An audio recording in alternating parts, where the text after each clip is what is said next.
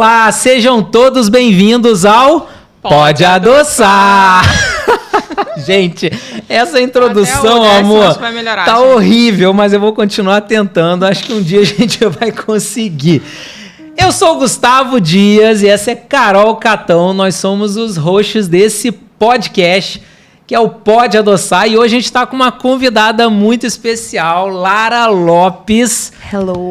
Lara, diretamente de São Paulo, de volta para o Rio de Janeiro. Vim importada, né? Vocês estão vendo? Nossa, que satisfação. Muito obrigada. Seja muito bem-vinda ao Pode Adoçar. Lara foi nossa aluna há muitos anos atrás. A gente estava contando aqui, já tem 5 anos praticamente, né? Vai fazer 5 anos. 5 anos, como que o tempo passa rápido, né, gente? E assim, mesmo falando assim, 5 anos parece pouco tempo, né? 5 e tal. Mas é tanta coisa que já aconteceu em 5 anos. Muita vida, pandemia, em 5 anos, né? E bota aí ainda mais os últimos 5 anos, né? Teve uma pandemia nesse meio do caminho, né? Intensos. E Lara foi para São Paulo. Lara foi nossa aluna do projeto Residências, foi uma aluna muito aplicada. Lara foi para São Paulo para fazer residência numa grande instituição de São Paulo. E hoje ela é enfermeira nessa instituição, tem uma vivência aí enorme, muita experiência para contar para gente, bastante coisa, né? Viu, gente? Bastante coisa para contar. Inclusive, uma dica aí do Pode Adoçar, já que vocês querem fazer um negócio que é engraçado, passa a mão assim no corpo, que vai ficar engraçado também. Pode adoçar. Pode adoçar. É uma boa sugestão, se a galera curtir. Mamãe, botar a musiquinha, mamãe passou açúcar em mim. ia ficar bom.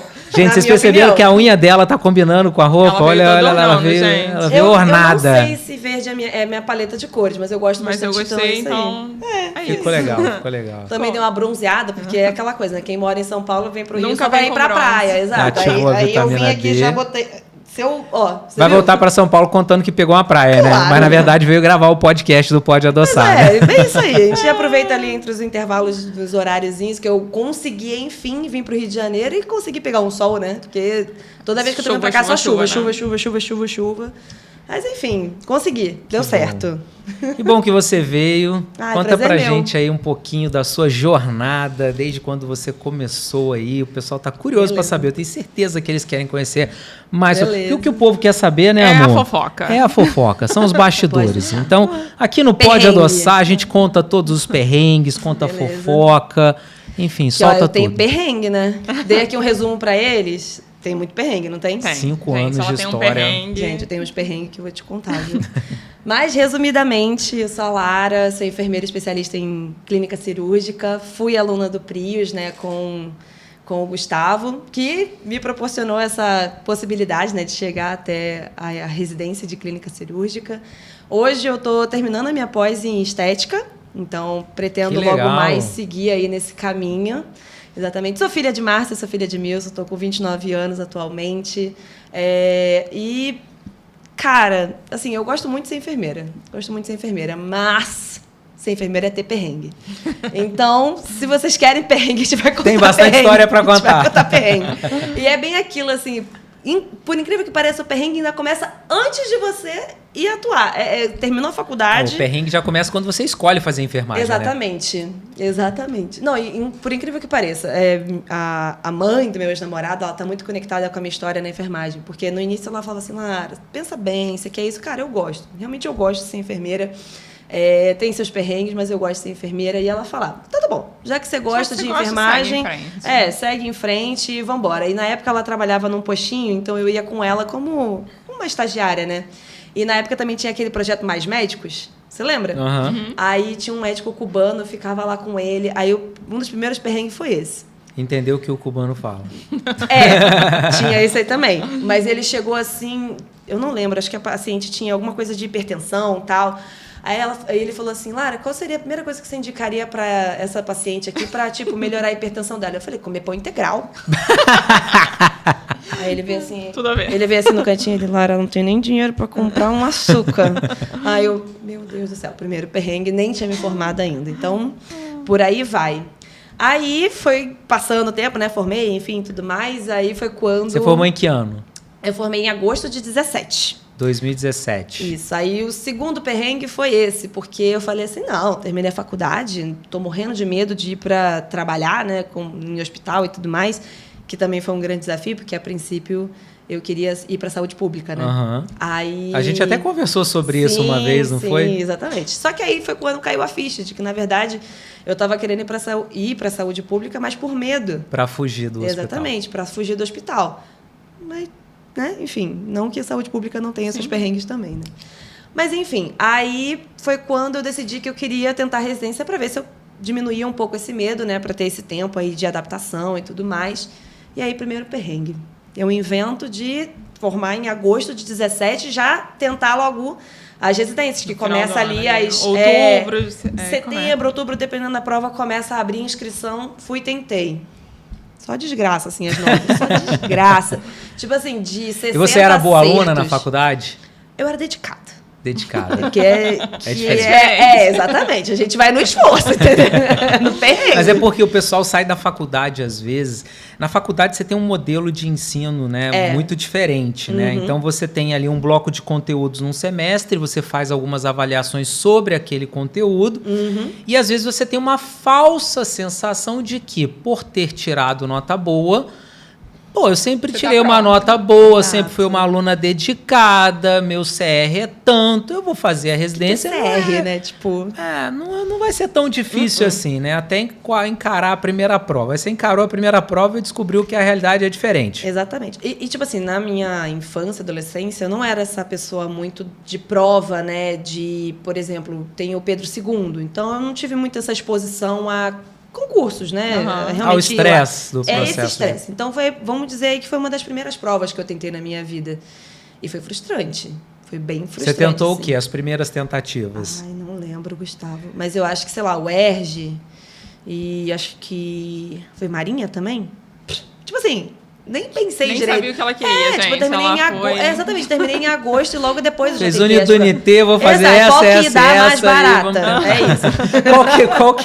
Qual que é a inscrição é mais barata? Porque essa é uma dica, gente. Como o Gustavo fala, tem que ter uma organização financeira para fazer prova, viu? Sim. Não é assim, não. Pega e sai fazendo. Não dá.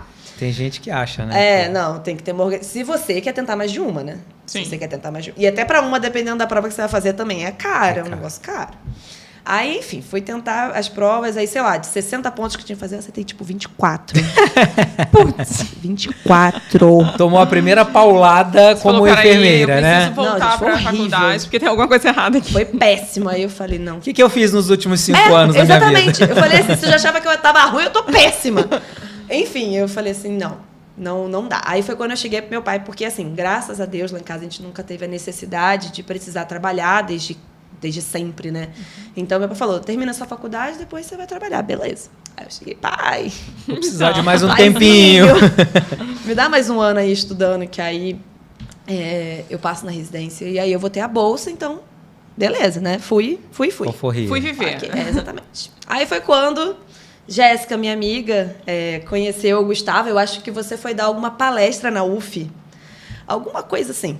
Aí ela conheceu você falou da proposta do Prius, aquela coisa toda, e foi quando ela falou do Prius. Eu falei, caramba, mas eu em São Gonçalo, estudar no centro do Rio, pô, perrengue. Gente, o pessoal de Niterói tem um problema e São Gonçalo tem um problema para atravessar a ponte. Para quem não é do Rio de Janeiro, é uma ponte que separa as duas cidades. Essa ponte tem 13 quilômetros, não é? 14. São 14, nossa, realmente, muita coisa. 14. É uma ponte que chama-se Ponte Rio-Niterói, tem 14 quilômetros de extensão, mas o pessoal do lado de lá da poça acha que vir para o Rio de Janeiro é a mesma coisa que viajar o mundo, né? Exato. Que eles têm um medo, acho que eles acham que aqui do outro lado da ponte Cara, é porque assim... É outro mundo, né? É cansativo. É porque assim...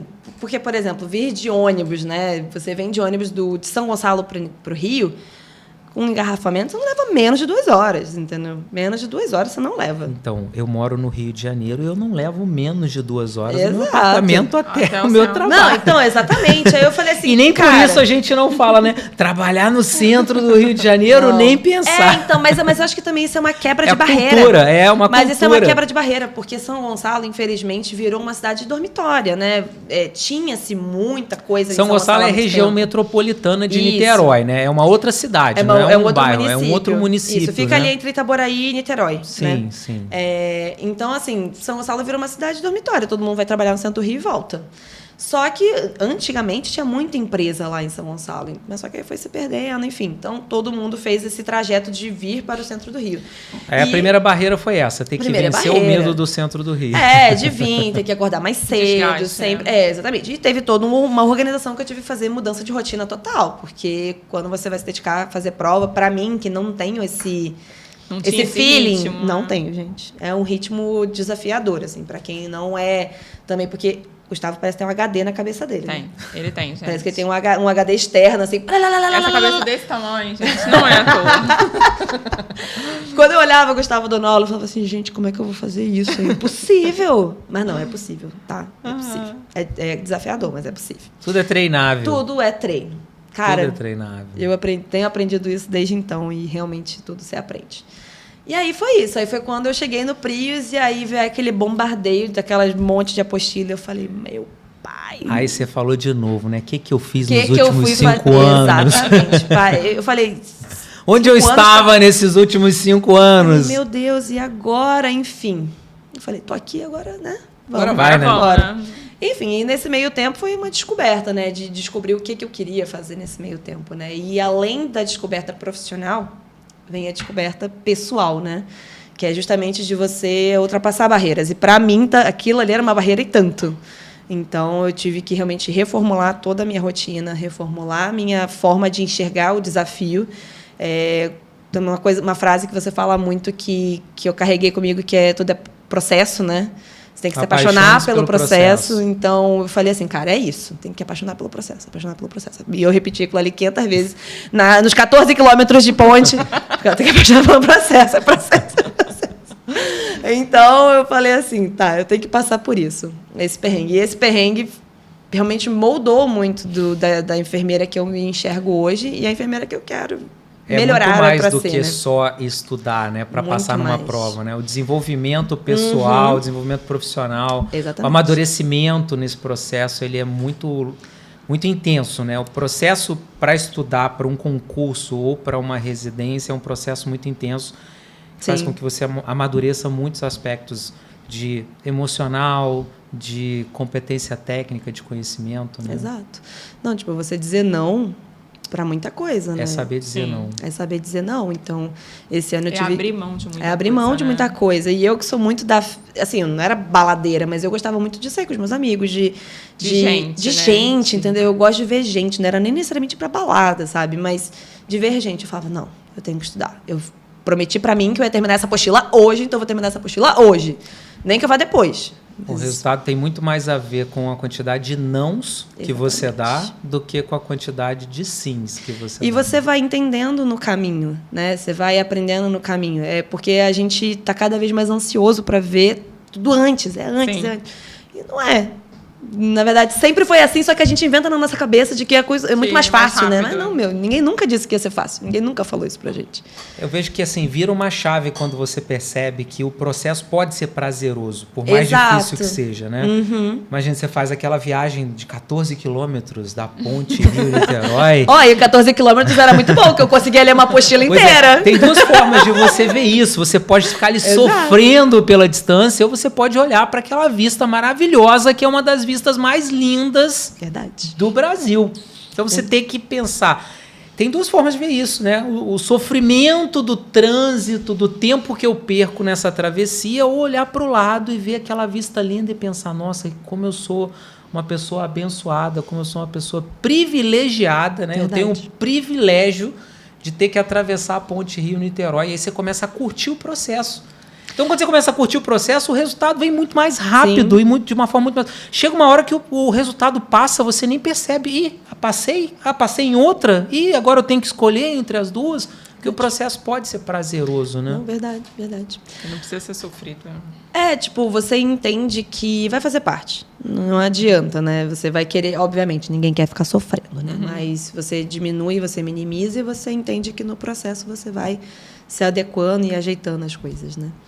E nesse meio tempo, né, muito aprendizado. Então, uma coisa também que eu lembro muito, uma das professoras lá do curso falou para mim, ela disse assim, Lara, você aprende no movimento. Tanto que muitas vezes, quando eu tinha que assistir, às vezes, alguma aula online, ou ouvir algum áudio, alguma coisa assim, eu não me dava muito bem. Então, eu aprendia muito com movimento. Então, você andando lá na frente, os professores andando lá na frente. Então, ela falou, você é sinestésica. Cara, quando ela falou isso, eu falei, putz, você precisa fazer uma... encontrei. Exatamente. Aí eu falei, é verdade, faz sentido. E ela, faz uma atividade física que você vai ver um resultado ainda melhor. Foi quando eu comecei, a tacar-pau de tanto fazer atividade física. Aí foi nessa época que veio o polidense também? Sim, veio o polidense. O movimento corporal? Não, mentira, o polidense ainda veio antes. Aí polidense foi um negócio triste, que aí tem que entrar em ex-namorado, entendeu? Dores do coração. Conta que a gente quer saber. É porque aquela coisa, o polidense também tem a ver muito com o processo, né? Então, você, por exemplo, é muito desafiador. Você está numa barra vertical. Ficar de cabeça para baixo, pendurada naquele ferro. E o pole ama e eu odeio, entendeu? Então, porque dói. Dói mesmo, assim. Porque você tem fricção, né? Então, realmente machuca. Principalmente a região da coxa, para quem tem mais coxa, dói bastante.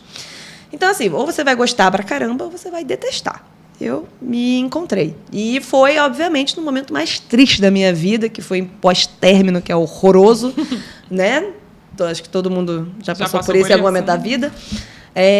E aí, que foi também uma coisa que me moldou muito, em entender, assim, de que, tipo, cara, não consegui fazer tal movimento, ou doeu. Doeu. Muita coisa dói, entendeu? Tudo dói.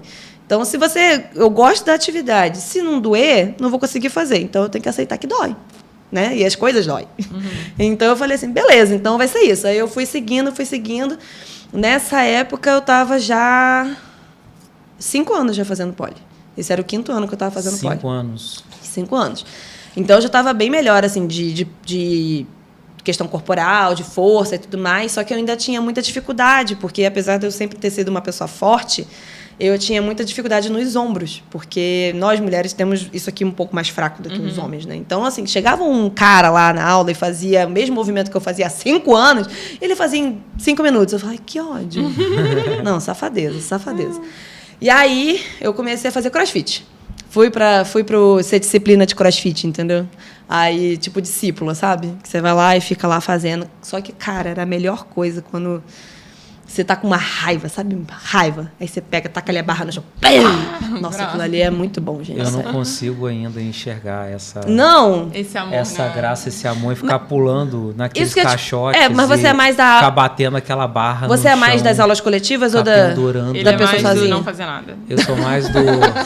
Aí dificulta, né, Gustavo? Eu sou mais do beliscar e tomar uma cervejinha. Aí realmente dificulta. Não, mas é porque eu sou das atividades coletivas. Dá pra perceber, né? Então, eu gosto de fazer atividade física com outras pessoas. Então, polidense, sempre fui da dança, o crossfit, fui fazer Muay Thai depois de tudo isso, enfim, já um monte de coisa. E aí, nesse processo de aprender, que eu sou sinestésica, você vai entendendo também a melhor forma de você aprender as coisas. Cara, que bom, que legal essa sacada que você deu aí da sinestésica, né?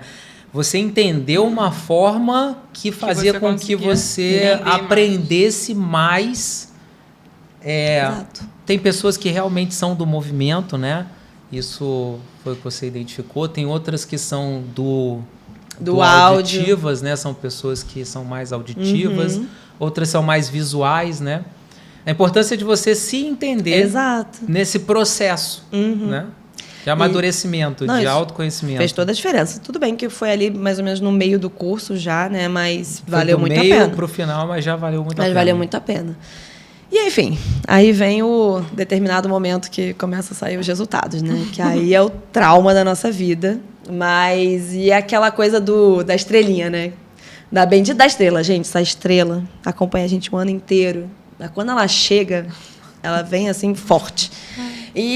Mas é muito aquela coisa também eu acho que um aprendizado também que eu tive muito nesse processo foi de entender até onde seu braço alcança também, sabe? É óbvio. Queria primeiro lugar? Queria primeiro lugar. Né? Todo mundo quer ser primeiro lugar.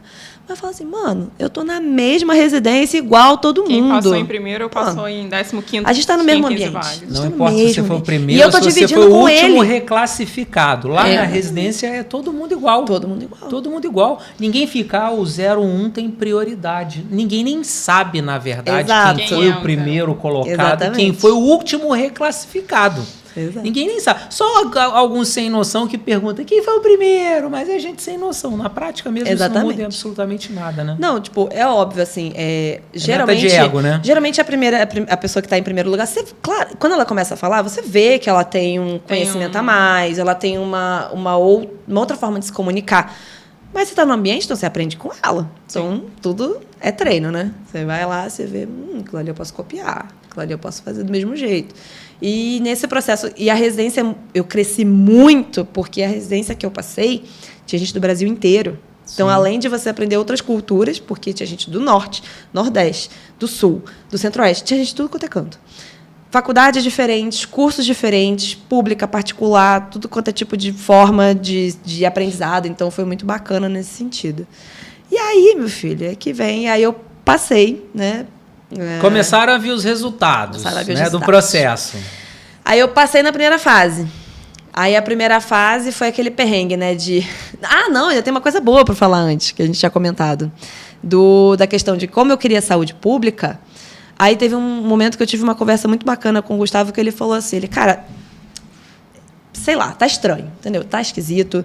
Não tô sentindo que você tá firme nisso. Tipo, ele deu um puxão de orelha real, sabe? Eu falei assim, caraca, cara, como é que ele chega e fala isso pra mim? Fala isso da minha vida, Ele fala assim. Mas eu acho que é muito isso, assim. Por exemplo, na minha opinião, o Gustavo e os outros professores foram muitos meus mentores, não foram só meus professores. Então, quando você aceita a pessoa como seu mentor, ele tá ali, você tá expondo a sua vida para ele chegar e falar assim, pegar aquela ferida e dar uma catucada assim e falar assim, acorda, minha filha, que olha só. Ninguém faz isso melhor do que eu, né, amor? Nossa, ele é ótimo. Ele é ótimo nisso. Eu dou essa catucada e rodo, jogo sal ainda. Ainda faço faço igual aquele... aquele chefe, né? Bota assim.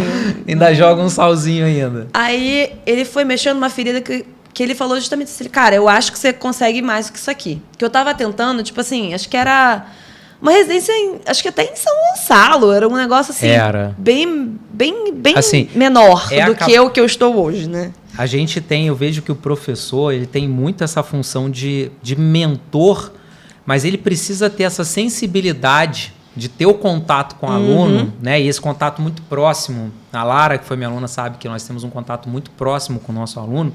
Ter essa sensibilidade de entender a necessidade do aluno, o que ele realmente quer, e entender quais são as desculpas que ele está dando. A limitação que ele está trazendo. As limitações que as crenças limitantes que ele está trazendo, né? Que estão impedindo o seu crescimento. E a Lara, quando veio falar comigo, não foi a primeira vez que a gente conversou, mas essa vez foi muito marcante, eu me lembro perfeitamente disso. Nitidamente, a Lara queria fazer um programa de residência ruim, porque era pouco concorrido e era numa área onde ela se sentia mais confortável. Exatamente. Que não ia tirar ela da zona de conforto, né? Sim. E aí, provavelmente, ela ficou muito incomodada porque eu dei um pá, contei pra ela aquelas verdades sem açúcar e falei, Lara... Não estava adoçado. Não estava, né? Sem açúcar, né? Sem açúcar. E eu falei, Lara, você tem que acreditar mais em você, porque você se sabota, né? Você se sabota, você se limita, você coloca um teto cada vez menor sobre a sua cabeça e não acredita que, cara, você tem tudo para conquistar o mundo. Então, Lara queria fazer um programa de residência numa cidadezinha, era pouco concorrido, aquele programa merdinha, que era fácil de passar, para fazer um trabalhinho que ela já estava habituada a fazer, porque ela tem medo de hospital. Então, eu dei uma sacudida nela e falei, não, você vai para São Paulo e você vai para uma das maiores e melhores instituições do Brasil. E foi ali que eu comecei a criar esse monstro. Gente, que coisa, olha só. Mas, enfim, né? Aí, doeu profundo. Aí eu falei, tá bom, então, já que é assim, então vamos ver. Agora é questão de honra. Bateu na mesa e falou, agora é questão de honra. Exatamente. Aí a gente já estava levemente próximo, assim, da época de inscrições. Aí eles chegaram até pegar a gente e falaram assim, quem fizer tal prova, a gente vai dar uma orientação mais específica, quem fizer tal prova, a gente vai dar mais específica, enfim. Só que essa prova da instituição de São Paulo tinha alguns critérios, A professora até puxou a gente na sala e falou assim, a gente vai sentar agora, a gente vai treinar como vocês vão falar na entrevista. Eu falei, gente, esse negócio tá muito sério, meu pai. Que crise. Eu fui me meter. Né? Enfim. Pra que eu escutei o Gustavo? Olha, tenso. Aí começava com a prova que eram 100 questões. Ainda era uma prova online, que é diferente de tudo que você via, né? Aí depois fazia prova prática. Aí era um cenário, né? Eram tipo 10 cenários ao mesmo tempo. E era uma modelo lá, uma atriz gritando, era uma cena de crise, assim. Eu falei, meu Deus do céu, aí tá. E junto com essa segunda fase, né, tinha a entrevista, que você tinha que arguir, né, que fala? Que você tem que falar do seu... Arguir, né, enfim. De você falar o seu currículo. 3 etapas, né? A prova de 100 questões. Exato. Uma prova prática. Uma prova prática e uma entrevista. E uma entrevista. E a entrevista ainda era com um dos monitores do seu curso, com o coordenador do curso. Então, você estava ali com o alto escalão da residência, né? E além de outras provas também que eu tentei, que no caso também eu fui para reclassificação para o UERJ. Aí, meu filho, eu sei que quando veio o resultado da primeira fase era para acertar acho que 70%. E você já saía da prova também já com um gabarito parcial, né? Aí eu saí com 60 e tanto lá de parcial. Eu falei, pronto, já não passei, então é isso, dane-se. Foram lá, baixaram a nota de corte. Você fala, gente, tem uma coisa acontecendo. Milagres acontecem. Eles baixaram a nota porque não tinha quantidade de candidatos para preencher as vagas, né? Exatamente. A regra era 70% de corte, né? E aí, como não tinham candidatos para preencher as vagas, eles foram lá e baixaram a régua para 68%. É porque né? aquela coisa também de... Querendo ou não, é uma prova cara. Eu tive que dividir em 3 vezes a prova, entendeu? Então, é uma prova cara, mesmo ela sendo muito concorrida, porque são poucas pessoas tentando uma prova cara, mas mesmo assim não quer dizer que todas vão passar, então entra nesse critério aí, né? Enfim. Diminuiu a nota de corte. Eu falei, caramba, passei para a segunda fase, e agora? O que eu faço? O que eu faço? Aí, enfim, aí entrou essa hora do desespero aí de entrevista, treino entrevista, isso aqui, prova prática, entrevista. Quando chega o resultado da segunda prova, aí uma diferença de 0,12 de uma pessoa para outra, eram 12 vagas e eu estava em 13º. 13º com uma diferença de 0,12 para outra pessoa de cima. Nossa, isso depois da entrevista. Isso é um sim que você não falou. Exatamente. Aí é quando você começa a pedir para Deus, né? Aí você fala, Deusinho. Eu não cheguei tão longe para morrer na praia, assim, tão perto. Entendeu? Não. Aí é quando você começa a pedir para todo mundo, né? Eu acredito que é a fase da barganha, né? Exatamente. Fase da barganha. Sabe o luto? É bem isso. A fase do luto, fase dos lutos. Exatamente. Você tá ali na barganha. Mas Deusinho, por favor. Vai dar certo esse negócio aqui, pelo amor de Deus. Eu não fiquei um ano inteiro estudando para chegar tão perto. E é um momento tenso, né, que você fica. E, enfim, resumidamente, teve o problema lá que eu fui também, questionei. Recurso. Fiz o recurso de prova. Meu recurso, o correio mandou para outro canto, não chegou para a instituição. Voltou para minha casa. Ele estava aberto, só que quando eu liguei para um lugar, falou assim, não, a gente não recebeu nada aqui, não. Ou seja, estava aberto, então recebeu em outro prédio, mas não foi para onde que tinha que ir. Aí eu falei, pronto. Não vai ser para mim, não é possível. Você chegou a pedir o recurso, mandar o recurso para tentar ganhar esse 0,12? Minha tia, advogada, eu mandei para ela, falei, tia, me ajuda a fazer isso aqui, pelo amor de Deus, preciso botar o recurso mais bonito que você vê.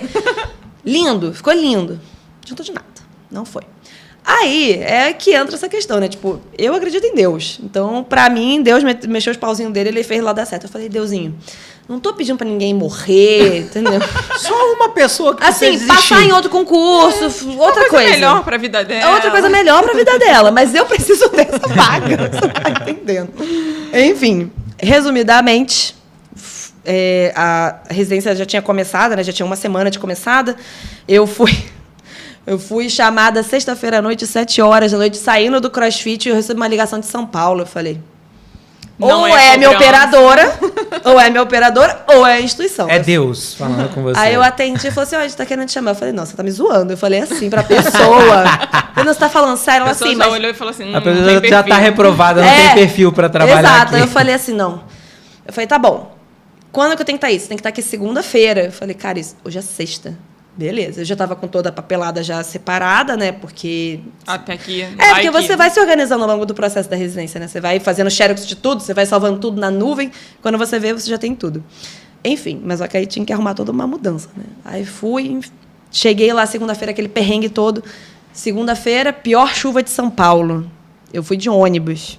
né? Porque de última hora... Né? Com o pé direito. Cara, era para eu chegar às 6 horas da manhã na rodoviária. Eu desembarquei, era 1h. Sendo que eu tinha que comprovar eu tinha que autenticar meu currículo no cartório, eu tinha que ir no Corém para transferir meu Corém do Rio e São Paulo. Você tinha que transferir o Corém ainda? Meu pai estava no Corém do Rio e eu no Corém de São Paulo, e ele lá pedindo a Deus e o mundo para ajudar ele, porque ele não sabia nada como fazer aquilo, ele nunca tinha pisado no Corém, né? E além de tudo fazer minha inscrição, porque senão eu não começava. Então até 6 da tarde eu tinha que estar com a matrícula feita. Então eu tinha que estar com isso aqui feito para depois fazer minha matrícula, né? Minha filha, eu cheguei lá, cartório fecha geralmente 4 horas da tarde, né? 3h50 chego eu lá, porque além de eu estar atrasada, porque, né, o ônibus não me ajudou, tive que ir para casa, largar minha bagagem, almoçar, comer rápido, tomar só um banho só para ficar melhor apresentável, né? Fui pro cartório. Aí resolvi o perrengue. Saí de lá, fui direto pro Corém. Meu pai lá no Rio tentando resolver. Conseguiu resolver, não sei como, não, enfim. Deus.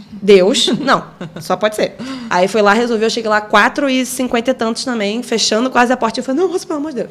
Foi lá e resolveu, peguei no Corém. Falei, pronto, agora é só fazer matrícula. Cheguei a fazer a matrícula, quando eu desci do prédio, liguei minha mãe. Eu consegui! Eu não acredito, mãe! Que, enfim, aí aquele chororô, aquela coisa toda chovendo. Cena de filme. Cena de novela. Cena de filme. Mas não foi tão bonito assim, porque quando eu cheguei, entrei no Uber. Pode falar a marca? Pode, enfim, já falei, né? Quando eu entrei, que eu sentei assim no carro, aí o moço, pelo amor de Deus, vai rápido, que senão eu vou vomitar dentro do seu carro.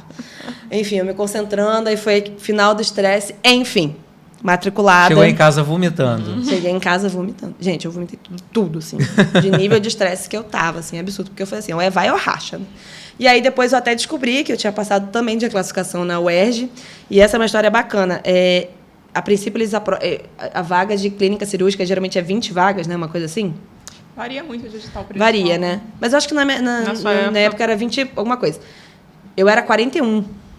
Passaram do 41. Então... E, tipo assim, o UERJ é uma das últimas provas, né? Sim. Então, enfim. Muita gente passa na residência e, às vezes, passa bem depois do número de vagas, né? E não acredita que pode ser reclassificado. Às vezes, o que eu recebo de mensagem, vocês não fazem ideia. De aluno assim, professor, são 10 vagas, eu passei em 12º. O senhor acha que eu tenho que ir no dia da reclassificação? Dá vontade de socar. Querido. Dá vontade de socar. Porque a pessoa passa um ano inteiro estudando, paga para fazer uma inscrição, é o programa da vida dela, é a oportunidade da vida dela, tem 10 vagas, ela passa em 12º e ela não acredita que vai ser reclassificada.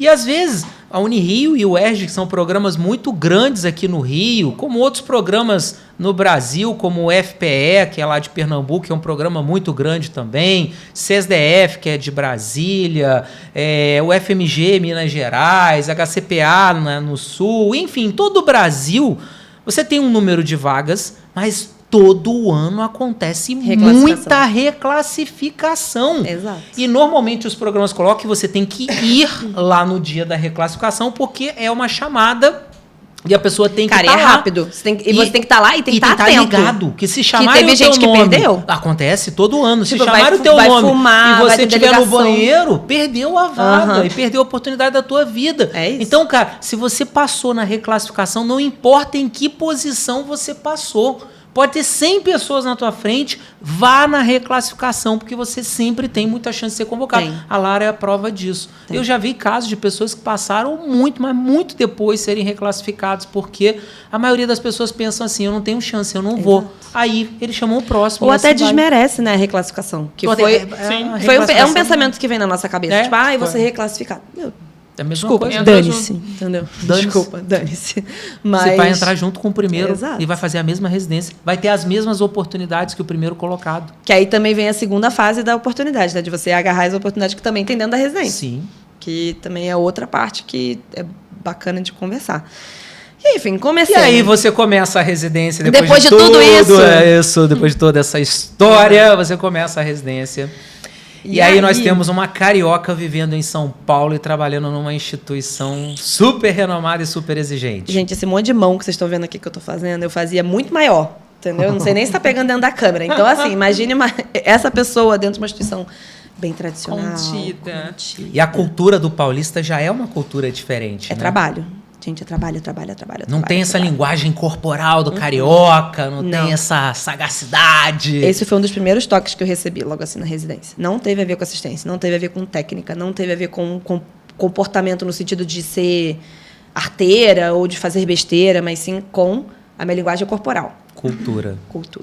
Então, isso foi o primeiro choque que eu tive, assim, que eu falei, putz, tem que tomar cuidado. Então, é uma coisa que você tem que pensar também, tipo, você está disposto a passar por isso? Sim. Porque o Brasil ele é muito grande, então cada região se comunica de uma forma diferente. Tem as suas questões culturais. Então, se você vai mudar de estado, você tem que entender que você vai passar por isso. E você também tem que respeitar, porque o lugar é assim, entendeu? E a escolha foi sua também, né? E a escolha foi minha, exatamente. Ninguém veio aqui em São Gonçalo te buscar. Ninguém me obrigou. Então, eu falei assim, tá bom, beleza, já estou aqui, então eu tenho que me adaptar. Foi um pouco difícil no início, foi desafiador no sentido de... essa coisa de eu entender de estou abrindo um pouco mão do meu jeito para aprender uma coisa diferente, mas, ao mesmo tempo, eu vou achar o equilíbrio aqui. Vou achar o equilíbrio. E eu acho que, aos poucos, eu estou conseguindo... Tem hora que eu não consigo. Então, eu estou, às vezes, dentro de um leito do paciente, aí eu falo, você está aqui! Ou, quando vai embora, eu falo assim, olha, não é nada pessoal com o senhor, mas eu não quero mais te ver aqui, entendeu? Porque, poxa, ninguém quer ver uma pessoa no hospital. Mas eu brinco com eles e eles gostam dessa... A maioria, né? Gosta dessa espontaneidade. Quando já chega uma pessoa um pouco mais séria, você já tem que entender que você tem que ter uma comunicação diferente. E isso tem muito a ver também com uma coisa que é bacana, o PNL. A programação neurolinguística, que eu aprendi um pouco antes de todo esse processo, foi uma coisa que eu entendi muito sobre ancoragem, como você fazer rapport, como você realmente saber se comunicar com as pessoas, não só seus pacientes ou clientes, ou enfim, qualquer outra coisa. Faz muita diferença. É absurdo quando você realmente consegue se comunicar e você passa a comunicação do jeito correto. E a pessoa entende, né? Então, é via de mão dupla. E isso foi uma coisa que eu tive que botar em prática realmente lá. Foi um grande desafio nessa transição Rio-São Paulo. Eu acho que foi um dos grandes desafios que eu tive. Porque e assim, perrengue de moradia. O pessoal sempre pergunta, né? A bolsa da residência é a minha. Dá para sobreviver em São Paulo com a bolsa da residência? Perrengue para morar, para comer, transporte, trânsito. Como é que foi essa adaptação? Eu acho que eu fujo um pouco dessa análise, porque essa minha tia advogada, ela é de São Paulo. Então, como eu fui assim, ela me acolheu. Você teve uma rede de suporte lá, então? Eu tive esse suporte, que foi tia Lucimar. Ela... Manda um beijo aí pra tia Lucimar. Tia Lu me aturou, viu, filho? Me aturou. Coitada, ela só morava sozinha, com os cachorrinhos dela, bonitinho. Na paz dela. Na paz. Mas eu falei, tia, eu vou embora. Ela, não, fica aí o tempo que você precisar. Se precisar ficar os 2 anos de residência, você fica. Eu falei, beleza. Aí depois já vou chegar nessa parte da conversa. Aí ela foi e falou, não, se você quiser ficar aí, fica. Eu falei, tá bom. Bairro bonzão. Sem pagar aluguel? Não, eu dava ajuda de custo ali. De custo, né? Não era assim, hoje eu pago aluguel dividindo no apartamento, eu pago um pouco a mais, mas... enfim, deixa eu fazer processo na cabeça, né? Eu pago um pouco a mais, mas eu estava dividindo com ela, dava ali minha ajuda de custo, né? Só que aí veio pandemia. Pandemia. E você era residente na pandemia? Quando eu estava virando para R2, né? Porque a pandemia foi em março. Março é quando a gente vira R2. Sim, sim. Aí foi exatamente quando a gente virou R2, aquela felicidade, caraca, R2, não sei o que. Os R1 entrando, uma semana depois, gente. Dar trote nos R1. Uma semana depois, pandemia. Eu falei, não. Aí ficou naquela de tipo, paralisa a residência, não paralisa, quem quer trabalhar, quem não quer trabalhar, não sei o que. A gente falou, o quê? Fica devendo hora? De jeito nenhum. Vamos trabalhar.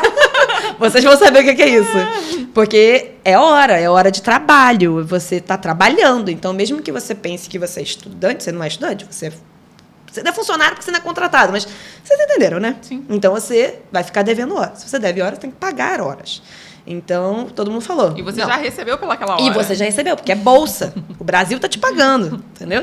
Então, eles vão te cobrar essas horas de serviço. Então, não foi assim, de jeito nenhum. Eu não vou ficar mais 2 meses, 1 mês, no final do ano. Achando que seria só esse tempinho, né? Não, porque ninguém sabia nada da pandemia. Então, não, a gente quer trabalhar. Aí, enfim, teve lá várias reuniões, enfim, resumindo a história, foi isso. E aí, nessa época, minha tia, ela era de grupo de risco, então eu tive que me mudar. Aí foi quando eu achei meus companheiros de apartamento e eu comecei a dividir apartamento. E dá para viver com a bolsa, sim, tá, gente? Dá para viver. Dá para viver em São Paulo. É um custo mais alto, sim. Não tem como dizer que não é. É óbvio que cada região vai ter uma diferença, né? Mas dá para viver. É óbvio, você só não vai poder ser né, o rico do rolê. Você não vai poder sair bancando tudo. Mas... Não dá pra morar no Morumbi. Exato. Mas eu vou te falar, até dá. Dependendo de você. Você tem que saber o seu perrengue que você quer passar, entendeu? Você tem que escolher os perrengues. Quantas pessoas você vai querer Exatamente. dividir? Mas dá pra morar no Morumbi. E, tipo, e São Paulo, uma coisa que tem de maravilhoso é metrô. Gente, metrô você vai pra qualquer lugar de São Paulo. Então, assim, porque eu vou ter que ficar pegando o Uber, isso aqui. Não, você vai de metrô pra qualquer lugar. Então, se você quer realmente economizar, dá pra você viver de boa. E o ônibus em São Paulo também é muito bom. E como é que foi a residência durante a pandemia? Cara, desafiador, assim, porque além de tudo que foi desafio para todas as pessoas, né, que todo mundo já sabe, a assistência, graças a Deus por eu estar numa instituição também de grande porte, rica, uma instituição boa, então, assim, a gente não tinha perrengue de falta de material, mas teve, entendeu? Porque foi... Faltou por exemplo, todo crise mundo. do oxigênio. Faltou para todo mundo. Chegou um pouco mais rápido na gente? Chegou, porque os nossos pacientes tinham condição de bancar isso. Mas tiveram as suas crises que teve que dar lá sapatear e dar um jeitinho. Mas essa coisa de você ver realmente os pacientes falecendo, entrando em crise, SARA, enfim, por aí vai, foi emocionalmente pesado. Mas eu acho que dentro dos meus colegas de residência eu consegui segurar bem nesse sentido, porque o meu humor, o meu temperamento, ele é muito tranquilo quanto a isso. Então eu fui levando bem, eu acho que até bem, mas para mim o meu maior desafio na R2 foi o TCR, que é o trabalho de conclusão de residência. Eu não sou boa de pesquisa.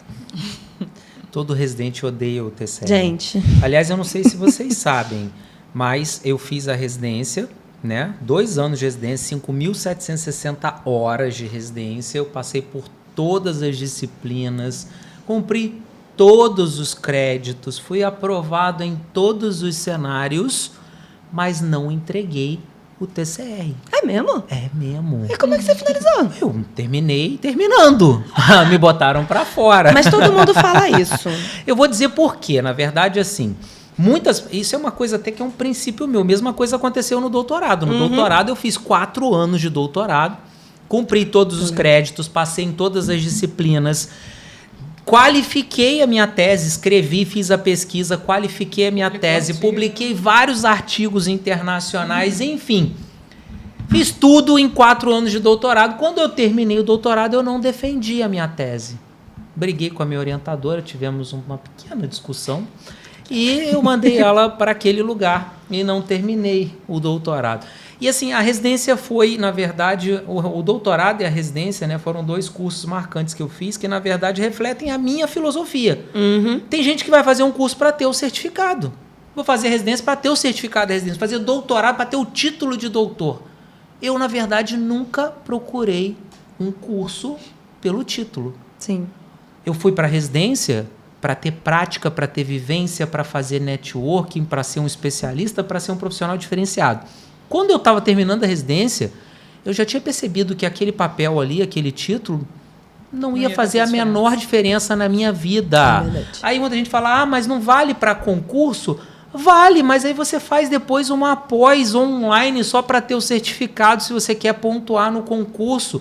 Já estava me matando, porque todo residente odeia o TCR, porque você se mata muito. Gente, você se fode muito na residência, tá? São 2 alegrias. Não, uma quando você entra, a residência, teve uma outra que eu escutei que é muito boa, Lara, escuta essa. A residência é como se fosse um grande ônibus lotado.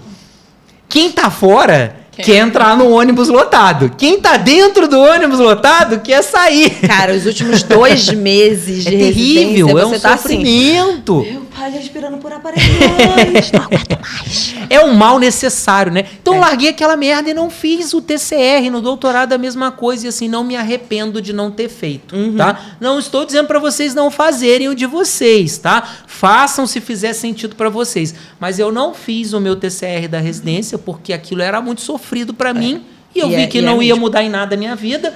E o doutorado foi pior, porque eu estava entrando no 5º ano do doutorado, já tinha qualificado, já tinha feito, imagina, 4 anos intensos de doutorado. Só quem viveu sabe, Carol sabe. Eu imagino. Quantas horas de aula, de estudo, de pesquisa ia para Niterói, atravessava a ponte, tá? Minha pesquisa foi feita, como eu fiz doutorado na UF, Universidade Federal Fluminense, que é de Niterói, eu atravessava a ponte, só que eu saía de Jacarepaguá até longe, Niterói. Minha pesquisa foi no Hospital Antônio Pedro.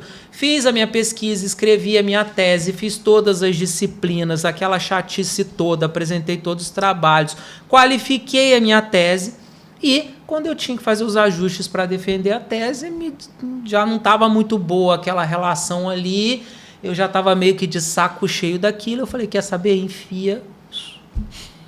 E chutei o balde. A chance disso acontecer é muito grande, viu, gente? Você tem que criar um mecanismo. Porque essa relação com o orientador também é difícil, cara. É muito difícil. E isso, se você ainda tiver um bom orientador, se você não tem um bom orientador, aí lascou. Entendeu? Verdade. Na minha opinião, foi o que aconteceu comigo. Aí você sofreu no TCR, mas você fez? Fiz. Você é uma pessoa determinada? Fiz. Apresentei lá aquele negócio. Mas todo... Aí um detalhezinho, que é um segredo. Muita gente fala assim, tipo, cara... Óbvio, querem que você aprenda o TCR? Querem, mas não vão excluir as 5.700 horas que você tem de prática porque você não fez um bom TCR ou porque você não fez o TCR, porque você trabalhou de qualquer jeito. Não tem como te reprovar na residência, eu acho, né? Por isso.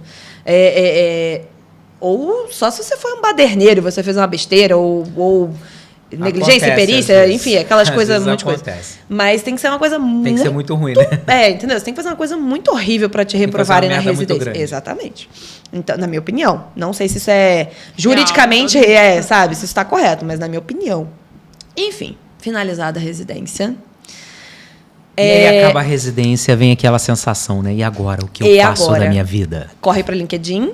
Você fica feito louco, atualiza currículo, porque você quer botar lá o seu negocinho de residência bonitinho, porque tá prometido de que você vai conseguir a sua vaga. Também não é tão assim, gente. Vamos com calma. Você tem muito mais facilidades do que outras pessoas que estão concorrendo uma vaga com você, mas, né, tudo também tem todo um contexto para você conseguir um emprego. Por eu estar numa instituição particular, né, fechada, então a gente tem um processo fora do processo comum de contratação. Lá você tem um processo seletivo como se fosse interno. Isso, um processo interno. Que prioriza quem foi residente lá. Exato, e uma boa parte é contratado. Que legal. Uma boa parte é contratado. Eu não sabia porque disso. Eles foram... Você foi treinado por 2 anos naquele processo ali, né? Então, para a instituição moldes, é muito interessante, porque ela já teve o seu trabalho avaliado por 2 anos e você já tem um profissional que já está inserido na cultura. Na verdade, tem uma vantagem maior. É um profissional que não é pago com o dinheiro deles e que eles porque a bolsa não é... Porque a bolsa não é eles que pagam. Né? Porque tem outra instituição grande em São Paulo também que eles pagam do próprio bolso. Exato. Que não é MEC, né? Não é reconhecida pelo MEC, então. Eu não sei. Porque a bolsa ela é uma bolsa do MEC, não é da instituição. Você tem que rever, não tenho certeza. Mas aí, enfim, aí fui contratada, acho que quase um mês depois. Então, ainda tive um tempozinho aí de férias. Consegui dar uma relaxada. E nesse período, foi 2021, então a gente estava no pico da pandemia, né? E aí eu fui para um setor... Você foi contratada na mesma instituição que você fazia residência? Na mesma instituição, permaneci em São Paulo, que além da crise de vou ficar desempregada, é a crise, volto para o Rio ou não volto? E aí ficou aquela coisa, né? Aí foi quando eu fui dar uma leve pesquisada, assim, eu falei, cara... O salário é infinitamente maior aqui. Conta o que o povo quer saber. O que o pessoal quer saber, que eu já sei, é quanto ganha, em média, um enfermeiro em São Paulo, se ganha mais, se ganha menos que no Rio, como é a realidade do enfermeiro em São Paulo. Lara fez residência numa grande instituição privada, a gente não vai falar o nome aqui por questões éticas, burocráticas, enfim, mas eu tenho certeza que todo mundo que está nos ouvindo sabe qual é, ou pelo menos... Existem 2 possibilidades, talvez já saibam de onde a gente está falando. E Lara depois foi contratada como enfermeira nessa instituição. Você entra como júnior, pleno... Tem essa escala. Tem essa diferenciação, como é que é? Lá, a maioria dos hospitais em São Paulo é júnior, pleno e sênior. Júnior, pleno e sênior, são 3 níveis. E aí, depois daí vão ser já mais cargos de liderança, chefia, gerência, né? No nosso caso, como a gente já tem os 2 anos de residência, então eles já botam a gente como pleno. Olha, você já entra como pleno. Eu já entrei como pleno. Que legal, eles aproveitam o tempo de residência. Exato. Eu não sei se outras pessoas já tendo residência, se tivesse uma residência de fora, se também seria o mesmo processo. Eu acredito que sim. mas a maioria que não teria uma pós-graduação ou uma residência entraria como júnior. Entendi. A maioria dos casos que eu vi foi esse. E aí, para passar para sênior, aí tem todo um processo também de tempo de casa, de mestrado, doutorado. Aí você vai agregando mais coisas no seu currículo e você vai melhorando a sua carreira, né? E aí, para coordenação, aí também já é outro processo que é bem mais longo, porque tem toda uma trajetória que você tem que percorrer. E de média salarial, cara, assim, menos de 5 mil eu duvido muito uma pessoa ganhar. Menos de 5 mil, mesmo júnior, salário inicial? Eu acho que sim. Olha só. Eu acho que sim. Assim, isso vai depender também muito de setor, né? Se você é UTI, se você é noturno, se você, enfim, periculosidade e tudo mais. Mas acho que menos de 5 mil eu não vi ainda acontecer. Então, e uma coisa você não está nem falando de média. Deixa eu só reforçar para a galera aqui. É o salário mínimo do enfermeiro em São Paulo, é 5 mil. Salário mínimo, gente. Vou falar de novo, é um salário mínimo. Então é para o enfermeiro júnior. Ela é rica, né? Porque ela é enfermeira plena, ela fez residência na instituição, ela tem vários anos já e provavelmente ganha muito mais do que isso que essa instituição, ao que me parece, é uma instituição que paga muito bem, ela não paga só o mínimo. Olha, eu tô aí com uma educação financeira um pouco furada, mas eu tô... Tá gastando muito. Mas eu posso dizer que assim, eu tô confortável, entendeu? Obviamente também assim, eu divido o apartamento com outros colegas ainda, então você pensando nesse cálculo geral, tô bem, sabe? Tá confortável. Tô confortável. Se fosse para, por exemplo, bancar sozinha as coisas em São Paulo, para você melhorar também um pouco de qualidade de vida, não viver tanto no perrengue do residente, você vai dar um custo ali um pouco maior, mas você fica confortável, entendeu? E é óbvio, tudo você vai agregando, então por isso que eu estou tentando a estética aí.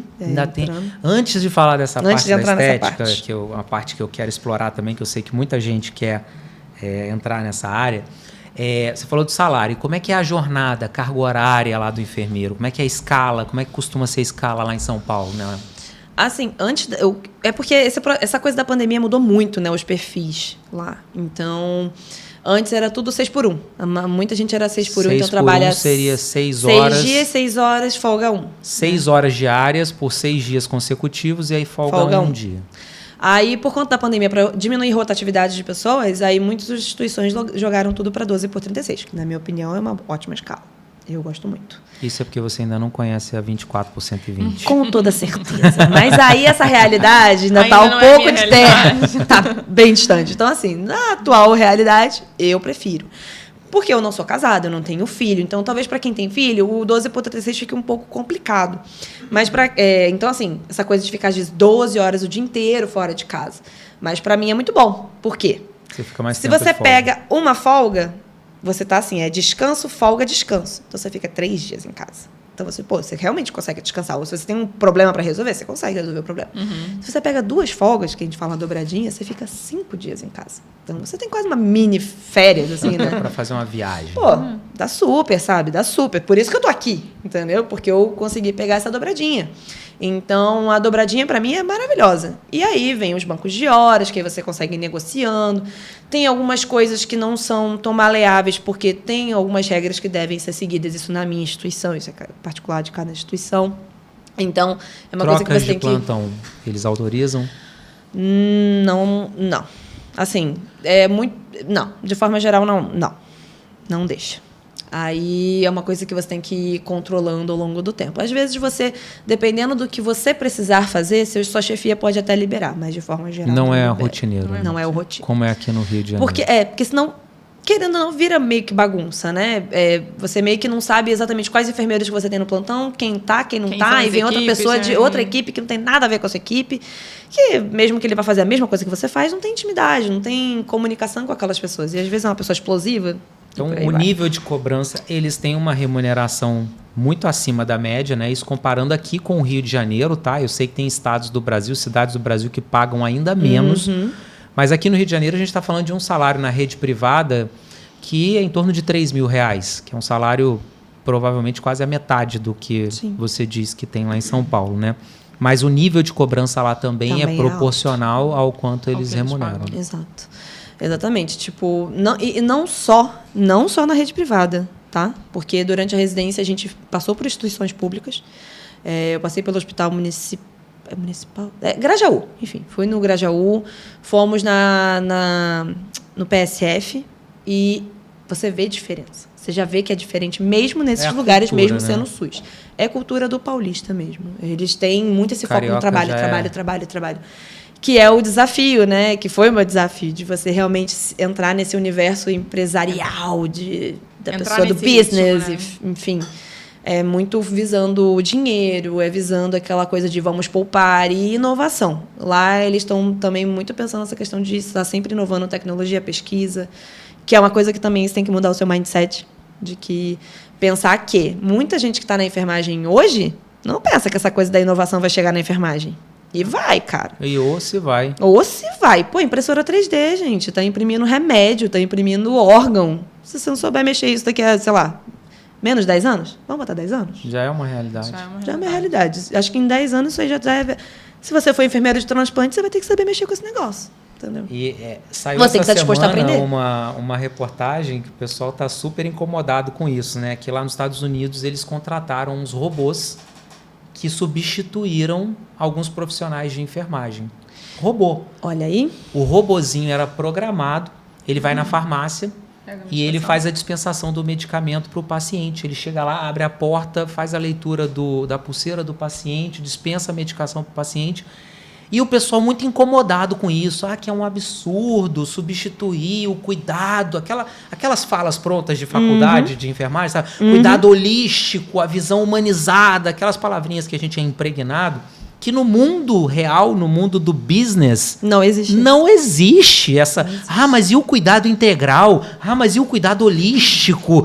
Mas e o ser humano? Não tô nem aí. É bem isso. Hoje em dia não, isso sempre foi assim, né? No mundo real, essas palavrinhas bonitas do campo teórico, filosófico da nossa formação não existem. Não existe. Então... já é uma realidade você ter um robô substituindo a mão de obra da enfermagem. E se você não está disposto a estudar, continuar estudando, É justamente aí que eu ia chegar. Aí, as pessoas que estão... Por exemplo, eu nunca me incomodaria com a presença de um robô fazendo o que eu faço, porque eu tenho absoluta certeza que ele nunca vai fazer o que eu faço. Exatamente. Agora, se eu sou um mero dispensador de remédio, de remédio, sabe? Aqueles profissionais que chegam, fulaninho, o seu remédio. Aí seu paciente pergunta, que remédio é esse? Vai perguntar para o médico. Para que você... Exatamente. Não sei, não quero saber, tenho raiva de quem sabe. Essa pessoa já era para ter sido substituída por um robô há muito tempo. Então, se as pessoas não acordarem a diferença mesmo, né? Que precisam fazer a diferença, enquanto as pessoas não acordarem que precisam ser profissionais diferenciados, que não dá mais para fazer mais do mesmo, que não é só fazer o trabalhinho que qualquer macaquinho faria, né? Aquele trabalhinho repetitivo, aquele trabalhinho de robô, literalmente, você vai ser substituído por um robô. Hoje em dia estão vendo até uma inteligência artificial para fazer diagnóstico médico, né? Sim. Porque você junta uns sinais e sintomas aqui, parará, deu um diagnóstico. Tá certo. Aí é outra história, né? Mas fazer diagnóstico, qualquer um faz. Agora, vai lá na doença rara, pega lá o cerne do negócio, qual é o seu diferencial, como é que você atende seu paciente? Qual é a abordagem que você tem? Exatamente. Qual é o conhecimento que você tem? Se eu perguntar para o robô para que esse remédio, está arriscado ele me responder, porque com a inteligência artificial ele vai saber mais, vai saber mais do que eu. Do que muito profissional de enfermagem. Né? Saber mais do que muito profissional de enfermagem. E aí, ao invés das pessoas se incomodarem com essa realidade, pegar isso e aceitar que essa realidade já existe, já está aí. E você está dormindo no ponto. O que eu posso fazer que um robô nunca fará para mim?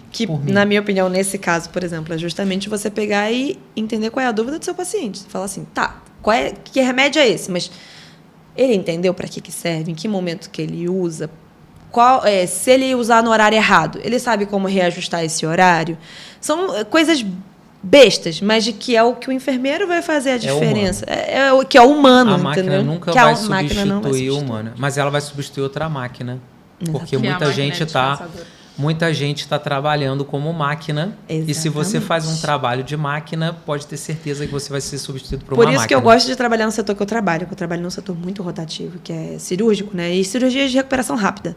Então, você admite um paciente num dia, quando você vê no outro dia, ele já foi embora. Você fala, meu Deus do céu. Mas isso traz dinamismo. Você apesar de serem as mesmas cirurgias, não são as mesmas pessoas. Sim. Então, cada um vai ter um tipo de resposta, às vezes Cada tem um tem uma intercorrência, cada um tem uma história, cada um tem um nível de compreensão do que você está falando. É idoso, é jovem, é pequeno, enfim. Você vai treinando o seu olhar e você vai treinando o seu ouvido, exatamente. Cara, quando eu entendi também, tipo, sinais vitais, a coisa mais besta da saúde. Mas sinais vitais é a coisa mais importante. Quando caiu minha ficha disso, eu falei assim, gente, não é possível. E você enxerga, você vê. No caso, no meu setor, eu não tenho monitor. Mas você vê assim, tem uma coisa que tá estranha. Isso o robô nunca vai ter. Nunca. Esse feeling, esse sexto sentido. Exatamente. Minha amiga falou isso. Ela, Lara, quando um bichinho falar aqui, dá atenção, vai checar 3 vezes. Porque alguma coisa tem. No mínimo, você vai descobrir que não tá errado. No mínimo. Mas é esse feeling que não tem máquina que vai substituir. E você tem que justamente trabalhar esse feeling. Pegar essa coisa, que é o cerne, né? Que eu entendo que é o centro do nosso serviço. E trabalhar isso e fazer dele ser importante, mostrar que isso é importante. Que é aí que você vai realmente se qualificar, né? E trazer diferenciação entre as outras pessoas. Porque também tem aquilo. Tem, além desse cerne, tem aquilo que só você, só eu, Lara, vou fazer. Porque eu vou atender de uma forma mais dinâmica, mais espontânea, mais risonha, mais brincalhona. Que talvez outra pessoa já vai ser uma outro tipo. Já mais centrada, menos comunicativa, mas, enfim. Então, pessoas e pessoas. E agora conta pra gente... Como é que essa história de estética surgiu na vida de uma enfermeira que é polidense, de uma enfermeira que largou São Gonçalo para atravessar os 14 quilômetros da ponte Rio-Niterói para estudar no curso PRIOS no centro do Rio de Janeiro, de uma enfermeira que largou tudo para ir para São Paulo para fazer residência numa das maiores e melhores instituições do Brasil e que depois fez um processo seletivo e foi admitida como enfermeira plena nessa mesma instituição. E que agora está entrando na estética. Exatamente. Vamos lá, então... Conta essa história pra gente. De onde veio? Antes, rebobinando a fita, né? Antes de tudo isso, teve uma época ali durante a faculdade que mesmo meu pai não me obrigando a trabalhar, né? Não me pedindo para trabalhar, eu queria ter meu dinheirinho, né? Fazer minhas coisinhas ali. Então, eu comecei a vender uma marca de maquiagem. E aí, vendendo essa marca de maquiagem, eu comecei a me interessar por maquiagem, vi no YouTube, começava a aprender as coisas, enfim. Aquela que dá carro rosa para as pessoas? Exatamente. Já sei. Sonhei com um carro rosa e não veio. Mentira. Mas comecei a vender maquiagem e comecei a me interessar pela maquiagem. E aí, uma amiga falou assim, Lara, você me maquia para tirar mais fotos do casamento? Eu falei, beleza, tranquilo. Aí o fotógrafo adorou. Ele falou assim, vem trabalhar comigo. Eu falei, você tem certeza? Eu não tenho curso profissional. Isso é uma boa também dica. Eu não tenho curso profissional. Ele, não, mas você é boa. Aí eu falei, cara... Ele tipo assim, ele fotografa várias noivas, o negócio... Eu falei, beleza, vambora. Tô perdendo nada, né? Fiz algumas fotos com ele, depois... Não lembro o que aconteceu. Enfim, fui seguindo o meu caminho. E sempre gostei da área da beleza, né? Da área da maquiagem e tudo mais. Nessa época eu também comecei a trabalhar até como recreadora infantil, que também não tem nada a ver com o rolê, mas tudo isso é para juntar um picadinho de dinheiro aqui e ali. Aí, a maquiagem acabou ficando em segundo plano, porque eu entrei nessa fase aí de me graduar, já estava fazendo a faculdade e a parte da residência. Então, eu sempre estive nessa área da beleza, sempre gostei muito disso. E eu ficava mais atenta. Quando o Corém começou a movimentar os pauzinhos para poder justamente liberar que a gente fizesse alguns procedimentos, aí eu falei, opa, isso aí é bacana, isso aí é legal. Por quê? Além de tudo, da gente... como é que eu vou explicar? Eu gostar de trabalhar na área hospitalar, nunca me vi continuando nisso por mais 20, 25, 50 anos, sei lá, mais quanto tempo que uma pessoa leva para se aposentar, ainda mais nós, né? Triste. Mas eu falei assim, cara, isso aqui é bacana. E, nesse meio tempo, também tentei a mentoria, então eu vejo que eu tenho um pouco essa vontade, esse ciricutico de querer tentar alguma coisa minha, sabe? Se vai dar certo, se não vai, eu vou tentar, pelo menos, sabe? Eu quero fazer isso dar certo. E aí foi quando saiu que o Corém libera a gente fazer alguns procedimentos que eu também nunca entendi porque que antes não podia, né? Por exemplo, toxina botulínica, preenchimentos. Cara, a gente manipula agulha o dia inteiro, pelo amor de Deus, sabe? Isso aí é básico. Faz procedimentos muito mais invasivos. Pô! Cara. Sem receber por isso. Você pega uma jugular. Você funciona uma jugular no pescoço da pessoa. Você passa um pique, que é um catéter que vai lá no coração, na veia cava. Por favor, né, senhoras e senhores? E aí você não pode fazer uma toxina botulínica com aquela agulhinha. Uma agulhinha de insulina, entendeu? É bem tranquilo. Enfim, nós somos injetores de forma geral. Então eu falei assim, cara, eu nunca entendi isso. Mas enfim, né? É a realidade do Brasil. Quando liberou, mas eu falei, putz, mas estou na residência. Eu vou guardar isso aqui bonitinho, na hora certa vai acontecer. E aí, quando foi o final... Eu fui contratada em 21, né? Quando finalizou 21, aí eu falei... Comentei lá em casa, né? Eu falei assim, poxa, queria muito esse ano fazer, mas eu acho que vai ficar apertado pagar uma pós e pagar as contas e tudo mais. Aí meu pai, não, beleza, te ajudo. Meu pai... Seu pai é um anjo. Não, gente, sério. Meu pai é maravilhoso. Aí ele falou, não, beleza, você vai me pagando parcela. Eu dou aqui a coisa, mas você me paga parcela sem juros. Eu falei, beleza, sem juros. E aí, estou finalizando agora a minha pós e já fiz meu primeiro curso de harmonização facial e estou me esquematizando para esse ano. Esse ano não, já logo agora, né? O primeiro trimestre já começar a fazer alguns procedimentos. Já vou começar a divulgar já. Eu sempre digo, né, que a nossa vida é feita de vários ciclos, né? Exato. E assim, eu também segui essa jornada, né? Faculdade, residência. Eu fui para o concurso público, você foi para um outro